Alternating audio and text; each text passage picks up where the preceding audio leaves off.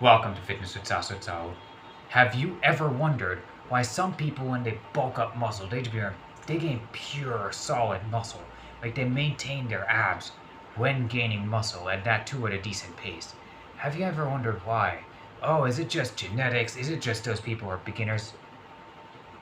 There are four other reasons that can apply to people of any level on how to gain muscle with as little excess fat gain as possible. What I call solid muscle. I wouldn't say pure, but solid muscle. Like 80% muscle, 20% fat. That counts. Like muscle with the same muscle to fat ratio or lower than what you have right now. Now, what are the four keys?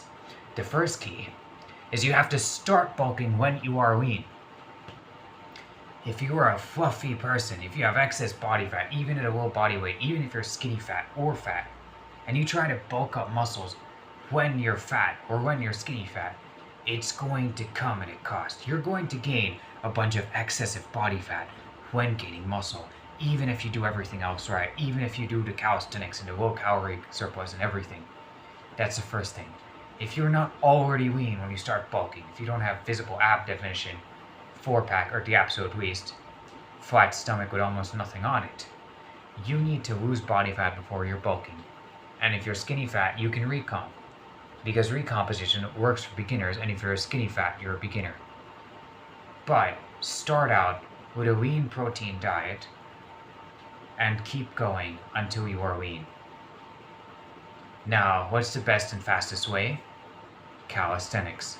If you're not already lean, start doing calisthenics, pull-ups, dips, push-ups, squats, etc. You don't have to do only calisthenics, but mostly calisthenics, like 60 to 80% calisthenics. Do it until you can do at least 15 pull-ups and at least 25 dips, preferably more. You're almost definitely going to have a flat stomach, probably ab definition as well, by the time you reach a decent standard of calisthenics. If you're already lean, or if you become lean with this advice, step 2 is to bulk, but when you're bulking, do a calisthenics-based exercise program. I said calisthenics-based. I didn't say only calisthenics. I said calisthenics-based. I said 60 to 80% calisthenics with the goal of actually getting better at calisthenics as you bulk up your muscles. Because think of it, if you go from 130 pounds at 10% body fat to 150 pounds at 10% body fat, your pull-ups and dips and bodyweight squats even should all improve, not just stay the same or even get not too much worse. They should actually improve. I'll cover why muscle gain actually improves your relative strength as long as you don't gain a bunch of excessive fat with it in a later video. But this is the case, and take my word for it. So do a calisthenics-based program. Do those exercises, pull-ups, dips, etc., etc. I'll do more detail in later videos. Minimum 3 times a week, with volume, with the goal of improvement. Track it down, make sure you're doing more and more, little by little. Add weight to it in the reps of like 6 to 12. It works even for calisthenics exercises, if you're already good at them, right? But you should be improving, not just your lifts, your calisthenics should be improving. Step 3, do not bulk too fast. Okay? It's not as important as you should be improving in calisthenics as you're bulking. But bulking too fast is kind of risky if not gaining excessive fat when you're bulking is important to you. Now, if you're not so strict with gaining fat when bulking, you can bulk a bit faster.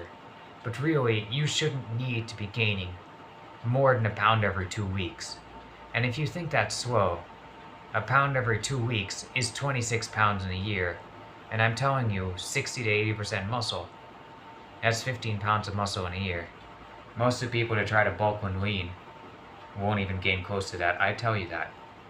Now, of course, you can ignore rule 3 if you're like, it's too slow.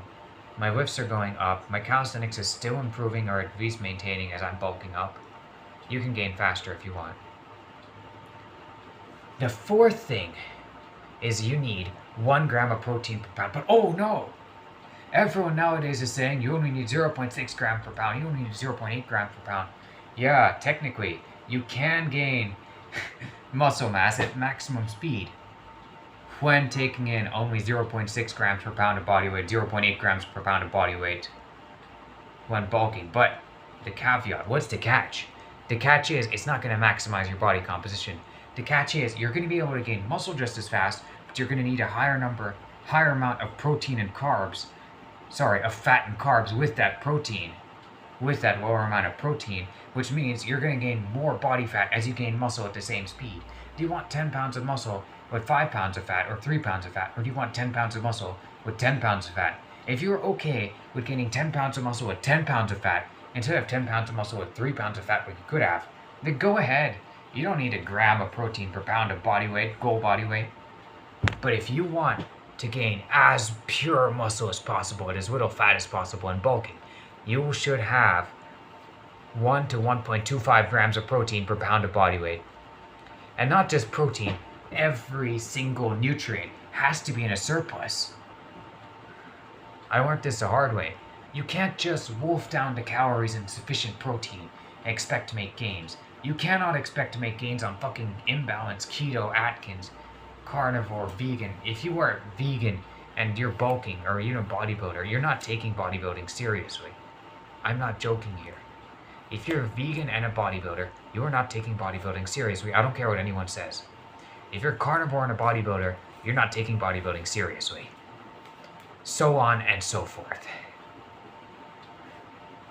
Well, those are the 4 main points. Start bulking when lean. Don't bulk too fast. Base your workout off of improving your calisthenics performance with weighted squats, bicep curls, whatever else would needed to shore up the weak points. Something for the lower back. You could do deadlifts once a week. But at least half your workout is based on improving